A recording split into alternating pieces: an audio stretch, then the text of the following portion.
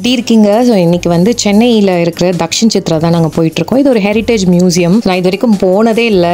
But சென்னையில் இப்படி ஒரு மியூசியம் இருக்கிறது வந்து சூப்பராக இருக்குது. ஸோ அதோட வீடியோஸ் தான் நான் இன்றைக்கி போட போகிறேன். பட் அதை பற்றின டீட்டெயில்ஸ் எதுவுமே தெரியல. இன்ஃபேக்ட் நாங்கள் அது இவ்வளோ பெருசு இருக்கும் அப்படின்னு எதிர்பார்க்காம நாங்கள் வேறு சில பிளான்ஸோடு போனதுனால டக்குன்னு போயிட்டு வந்துட்டோம்.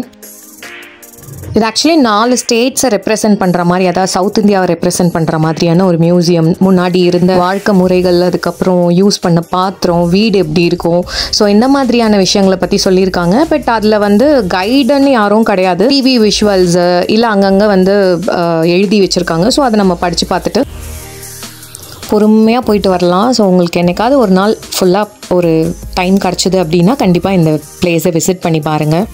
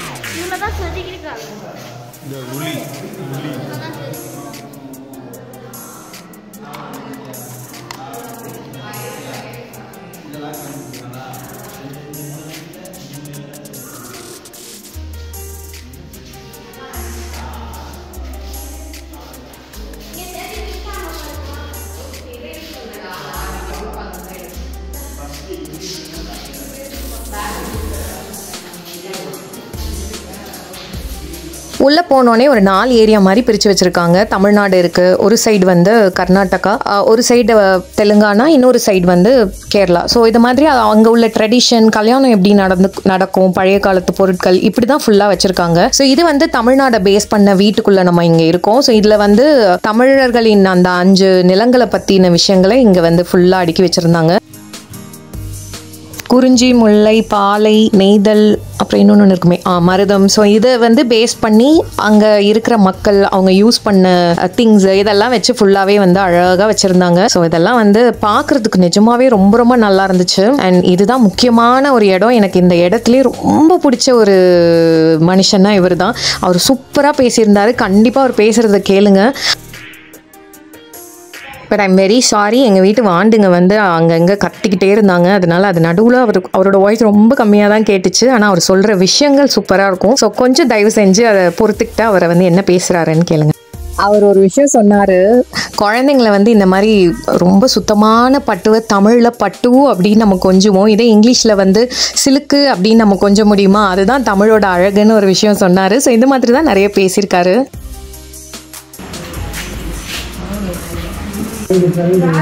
அப்போ அந்த பூச்சி அப்புறம் பிடிச்சி பூண்டுக்குள்ள ஒரு பூச்சி வந்து 10 லிட்டர் 15 லிட்டர். இப்போ வந்து பச்சை சதுரம் போகிறவங்கள மஞ்சள் வந்து தயார் பண்ணுறாங்க. கெமிக்கல்ஸாக வேலை.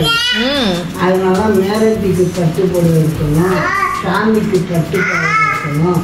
உங்களை பட்டு சொல்லி கூப்பிட்டு கலப்படங்கள் அதெல்லாம் நம்ம பொண்ணு கூப்பிட முடியுமா? அதெல்லாம் அந்த அருமையான வார்த்தைகள். இப்போ கைப்படாத ரோஜா பூ. நீங்கள் என்ன கைப்படாத ரோஜா பூவா? இப்போ திருப்பி கேட்குறாங்களா? ஏன்னாக்கா நம்ம கைப்பட அந்த ரோஜா முடிந்து போகுது. அதுக்காக கைப்படாத ரோஜா பூன்னு சொல்லுவோம். செடிகள்லாம் அப்படியே இருக்கும். நம்ம கைப்பட்டால் கொட்டி சொல்லுவோம். அப்போதான் இந்த தாத்தா கைத்தொழில் கற்றுக்கிறா, கைத்தொழில் படிச்சுட்டு என்னடா பண்ண போகிறேன், இன்னொரு கம்பெனி போனால் அருமையாக கைத்தொழில் கற்றுக்கணும். இப்போ அதே நிலைமை தான். நான் 8 வயசு தான் கற்றுக்கிட்டு வாங்கிட்டேன்.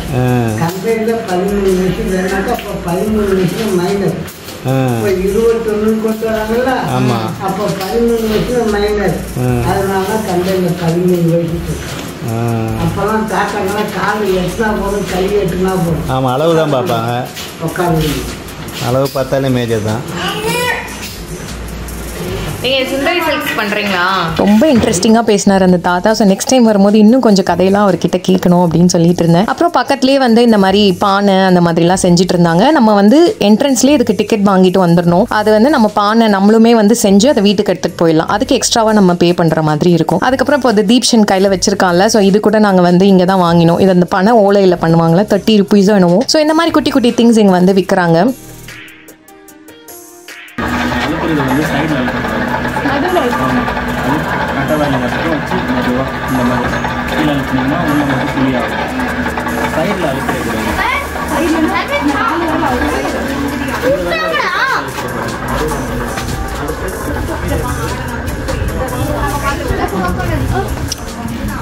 ஏதாவது ஒன்று கொடு. இது நார்த் இந்தியா மாதிரி இருக்கேன்னு நினச்சி பார்த்தேன். இல்லை, இது வந்து அந்த கோடுவாவோ ஏதோ சம்திங் அந்த மலைவாழ் கிட்ட ஏதோ ஒரு இருக்கிற ஒரு ட்ரெடிஷனை பற்றி இந்த ரூமில் இருந்துச்சு. அதுக்கப்புறம் ரொம்ப பசிச்சிச்சு, ரொம்ப தாகமாக இருந்தது. அதனால அங்கேயே வந்து ஒரு இந்த மாதிரி ஒரு குட்டியாக சாப்பிட்ற இடம் இருந்தது. பட் சத்தியமாக சொல்கிறேன், அங்கே இருந்த ஜூஸ் எல்லாம் ரொம்ப கொடுமையாக இருந்தது, தூசியாக இருந்துச்சு. பட் அங்கே பஜ்ஜியும் அந்த பழம்பொரியா அது கொஞ்சம் நல்லா இருந்தது. அது மட்டும் வேணால் ட்ரை பண்ணி பாருங்கள். பட் ஜூஸ் எல்லாம் தயவு செஞ்சு செக் பண்ணிவிட்டு குடிங்க. அங்கேருந்து அப்படியே பக்கத்தில் வந்து இந்த மாதிரி பெயிண்ட் பண்ணுற ஒரு ஏரியா இருந்தது. ஸோ நம்ம 60 rupees கொடுத்துட்டோம்னா அந்த மண்ணில் உள்ள அந்த வீடு கொடுத்துருவாங்க. நம்ம வந்து அதில் பெயிண்ட் பண்ணலாம். வீடு மட்டும் இல்லை, கிளிஞ்சல், ஸோ அந்த மாதிரி திங்ஸ் எல்லாம் இருந்தது. அதில் நமக்கு பெயிண்ட் பண்ணிக்கலாம். பெயிண்ட் பண்ணிவிட்டு நம்மளே வீட்டுக்கு எடுத்துகிட்டு வந்துடலாம். 20 minutes டைமும் ஏதோ கொடுத்தாங்க. ஸோ பெயிண்ட்டு, ப்ரஷ் எல்லாமே அங்கேயே இருந்துச்சு.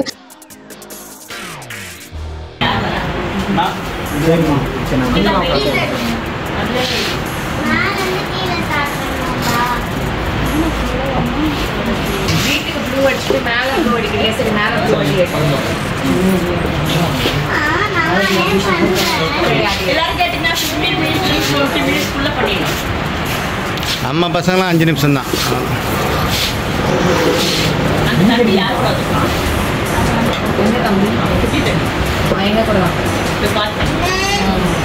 அதெல்லாம் நான் சொல்றேன்றேன், வேணாமா வந்து அடிப்பாங்க. அழகா பண்ணி சர்வீஸ் கடைசி அந்த குட்டீஸ் பண்ணது மட்டும் கொஞ்சம் டச் அப் ஒர்க் மட்டும் இருந்தது. அதெல்லாம் பண்ணிட்டு அதுக்கப்புறம் நாங்கள் வந்து இந்த வீடை நம்ம கூடவே நம்ம எடுத்துகிட்டு போயிடலாம். அது மாதிரி எடுத்துகிட்டு போனோம். செம்ம ஃபன்னாக இருந்தது. இந்த மாதிரி டெய்லி நம்ம பிஸி லைஃப்பில் இந்த மாதிரி ஒரு குட்டி குட்டி திங்ஸ் இதெல்லாம் நம்ம வீட்டில் உட்காந்து பண்ணுறதுக்குலாம் டைமே இருக்காது. ஸோ அந்த மாதிரி இங்கே வரும்போது இந்த மாதிரி இடத்துலலாம் பண்ணுவோம். இப்போல்லாம் பாட்ரி எல்லாம் நிறைய வந்துடுச்சு சென்னையில். ஸோ அந்த மாதிரி இடங்கள்லாம் போகும்போது கொஞ்சம் மைண்ட் ரிலாக்ஸ்டாக இருக்க மாதிரி இருக்குது. ஸோ அது வீடு மட்டும் இல்லை, கிளிஞ்சல் பெயிண்டிங், அப்புறம் கையில் அந்த பெயிண்டிங், லீஃப் பெயிண்டிங் அந்த மாதிரிலாம் இருந்தது. நம்ம இஷ்டம் தான், எது வேணுமோ சூஸ் பண்ணிக்கலாம். எங்கள் பசங்க எல்லாம் ஒன்றா சூஸ் பண்ணி கொடுத்தாச்சு. இப்போ வர அந்த சவுண்டு மட்டும் கொஞ்சம் கேளுங்க.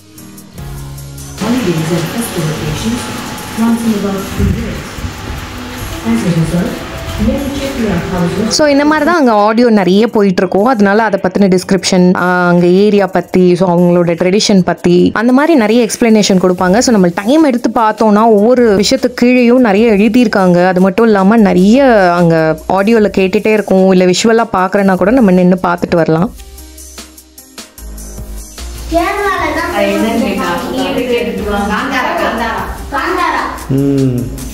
கர்நாடகா. ஸோ வீடியோவில் எக்ஸ்பிளைன் பண்ணுற அளவுக்கு நான் எதையுமே நின்று பார்க்க முடியல. அதோட ஹிஸ்ட்ரி எதுவுமே தெரியல. ஸோ நெக்ஸ்ட் டைம் நான் கண்டிப்பாக போகும்போது எல்லாத்தோட ஹிஸ்ட்ரியும் பார்த்துட்டு ஸோ நான் எக்ஸ்பிளைன் பண்ணுறேன். அதுக்கப்புறம் நீங்கள் இந்த இடத்துக்கு போகிறீங்க அப்படின்னா கொஞ்சம் மத்தியானத்துக்கு மேலே போங்க. செம்ம வெயில். நாங்கள் போன டைமில் செம்ம டயர்டாயிடுச்சு. எப்படா கிளம்புவோன்ற மாதிரி ஆயிடுச்சு. கொஞ்சம் நேரத்துக்கு அப்புறம் பயங்கர எக்ஸாஸ்ட் ஆகிட்டோம். ஏதாவது கேப் எடுத்துக்கோங்க குழந்தைங்களுக்கு, தண்ணி பாட்டில் நிறைய எடுத்துக்கோங்க, ஜூஸ் எடுத்துக்கோங்க. அங்கே சத்தியமாக சாப்பாடு பெருசாக நல்லா இருக்க மாதிரி தெரியல. நீங்கள் ஆக்சுவலி சாப்பாடெல்லாம் வீட்டிலே லஞ்ச் பண்ணி எடுத்துகிட்டு போயிட்டு கூட அங்கே பார்க் மாதிரி இந்த மாதிரி மரம் அடியிலலாம் நிறைய நிழல் இருக்குது. ஸோ அங்கெல்லாம் உட்காந்து ஒரு பிக்னிக் குட்டி ஒரு ட்ரிப் போன மாதிரி பசங்களோட போய் சாப்பிட்டு வரலாம். வீட்டில் இருந்தே பண்ணி எடுத்துகிட்டு போயிட்டு கூட. அப்புறம் நிறைய தண்ணி பாட்டில்ஸ், ஜூஸ் அந்த மாதிரி இருந்தால் கூட எடுங்க. பட் உள்ள இளநீ வந்து விற்கிறாங்க, வேணும்னா கூட நம்ம அதை வாங்கிக்கலாம். டிக்கெட்டு ஆக்சுவலி ரொம்ப கம்மி, 100 என்னமோ தான். குட்டீஸ்க்கு வந்து ஃப்ரீ இது. அதுக்கப்புறம் உள்ள என்ட்ரன்ஸில் வந்து இந்த ஆர்ட் அண்ட் கிராஃப்ட் மாதிரியான ஒரு குட்டி ஷாப் மாதிரி உள்ளே வச்சுருக்காங்க. அதில் இந்த traditional imitation jewellery, cotton dress அந்த மாதிரிலாம் இருந்தது. அப்புறம் இந்த மரத்தில் அதுலலாம் வந்து இந்த பசங்களோட டாய்ஸ் அதெல்லாம் இருந்தது. ஆனால் பயங்கர எக்ஸ்பென்சிவாக இருந்தது ரேட்டு. ஸோ உங்களுக்கு அதில் இன்ட்ரெஸ்ட் இருந்ததுன்னா போய் வாங்கிக்கோங்க. பேக்ஸ், ஜூட் பேக்ஸ், அந்த மாதிரி ஒரு ட்ரெடிஷ்னலான விஷயங்கள்லாம் அங்கே நிறைய சேல் பண்ணிட்டு இருந்தாங்க. ஸோ உங்களுக்கு இன்ட்ரெஸ்ட் இருந்தால் அங்கே கூட வாங்கிக்கலாம். நாங்கள் வீடியோ பண்ணுறதுக்கு அலவுட் இல்லைன்னு நினைக்கிறேன், அதனால நான் எடுக்கல நான். ஸோ அவ்வளோதான், அங்கேருந்து நாங்கள் வந்து கிளம்பிட்டோம். செம்ம ஃபன்னாக இருந்தது. பட் பிளானிங் இல்லாததுனால எங்களுக்கு கொஞ்சம் எக்ஸாஸ்ட் ஆகிட்டோம். அங்கேருந்து முட்டுக்காடு பீச்சுக்கு போயிருக்கோம். முட்டுக்காடு போட்டிங் போனோம். அங்கே நிறைய தடவை போயிட்டேன் நான். ஆனாலும் பசங்களுக்கு ஃபன்னாக இருக்கும்னு சொல்லிட்டு போயிட்டு வந்தோம்.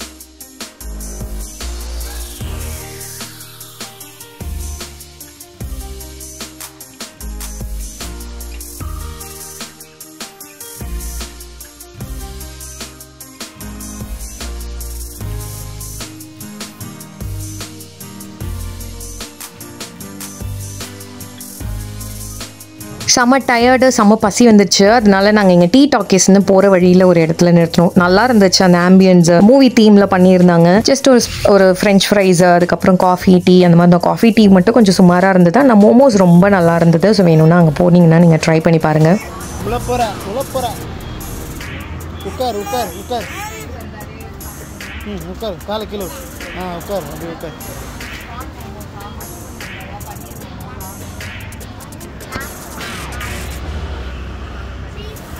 இங்கே பாரு.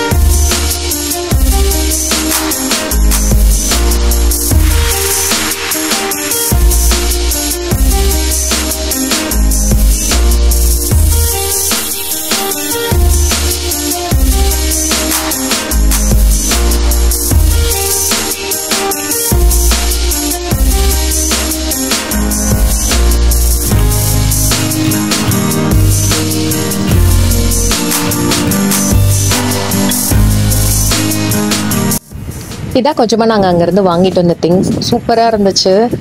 ஸோ ரோஷிக்கு ரொம்ப ஹாப்பி ஆகிடுச்சு. எனக்கு என்னோடய சைல்ட்ஹுட் மெமரி வந்துருச்சு. இதெல்லாம் பார்த்தோன்னே எங்களுக்கு பெருசாக டாய்ஸ் எல்லாம் வாங்கினதில்லை. இந்த மாதிரி மண்ணில் சொப்பு ஜாமா தான் நாங்கள்லாம் வாங்கி விளையாடுவோம். ஸோ ரோஷிக்கு அதை தான் நான் வந்து சொல்லிகிட்டு இருந்தேன். ஸோ அவ்வளோ செம்மையாக என்ஜாய் பண்ணான். இந்த மியூசியம் பிடிச்சவங்க, ட்ரெடிஷன் பற்றி தெரிஞ்சுக்கணும், கொஞ்சம் ட்ரெடிஷ்னலான திங்ஸ்க்குள்ளே நம்ம எக்ஸ்பீரியன்ஸ் பண்ணணும் அப்படின்னா கண்டிப்பாக அந்த இடத்துக்கு போயிட்டு வரலாம். என்னால் முடிஞ்ச வரைக்கும் நான் வந்து குட்டி குட்டி திங்ஸ் எல்லாம் உங்களுக்கு எக்ஸ்பிளைன் பண்ணியிருக்கேன். தேங்க்யூ ஸோ மச் ஃபார் வாட்சிங். இந்த மாதிரி நிறைய வீடியோஸ் பார்க்க சப்ஸ்கிரைப் பண்ணிக்கோங்க.